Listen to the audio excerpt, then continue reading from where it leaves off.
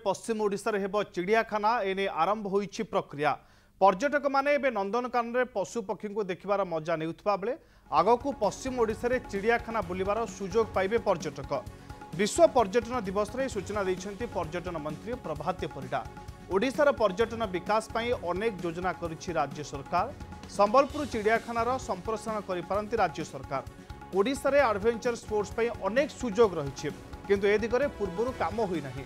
Adventure sports तथा यार policy विषय अधिक जानापी आसंता सप्ताह मेघालय गस्तर जीवे मंत्री। ओडिशा फेरिबा परे एडवेंचर स्पोर्ट्स उपरे अनेक काम कराजिवो बोली से कहिसंती। या सहित ओडिशा रे बुद्धिस्ट कॉरिडोर प्रति गुरुत्व दियाजिबा सह पर्यटक मानक आकृष्ट करिबा पई अधिकरु अधिक इको टूरिज्म रो व्यवस्था कराजिवो बोली पर्यटन मंत्री कहिसंती।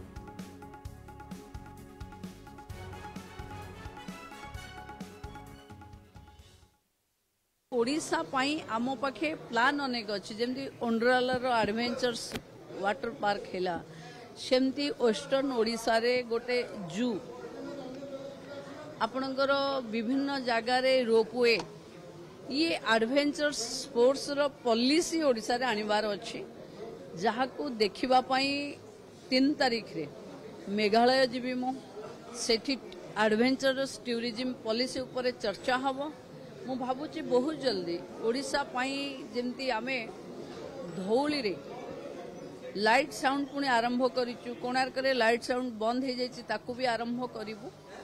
रामचंडी रे जो जेटी जोटा समुद्र भितरे जाइकरी फोटो उठेबार मजा नहीं पारिबे टूरिज्म इको टूरिज्म ई सबुर योजना को फलवत्ती करबा को हेले ओडिशा रे भित्तिभूमिर विकास करने को हम। केंद्र सरकार हाथ खोली देइचंती ओडिशा पई जहाँ आवश्यक हम देवे। तेणु आमे एथर टूरिज्म पई जहाँ प्लान करूछु मते लागुची 3 मास भितरे टूरिज्म रो प्लान सामना को आछिबो।